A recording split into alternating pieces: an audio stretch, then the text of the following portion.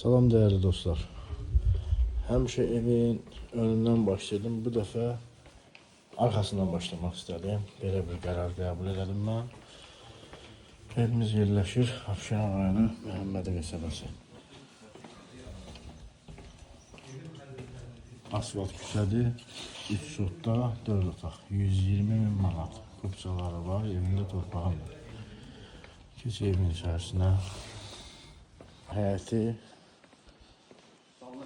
Yox. Yox.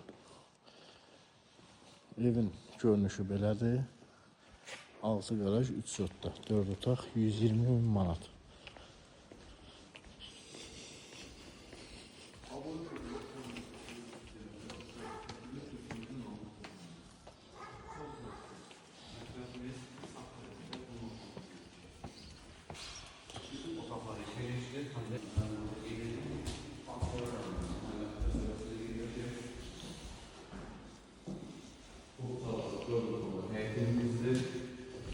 Evinde toplama kutusu var.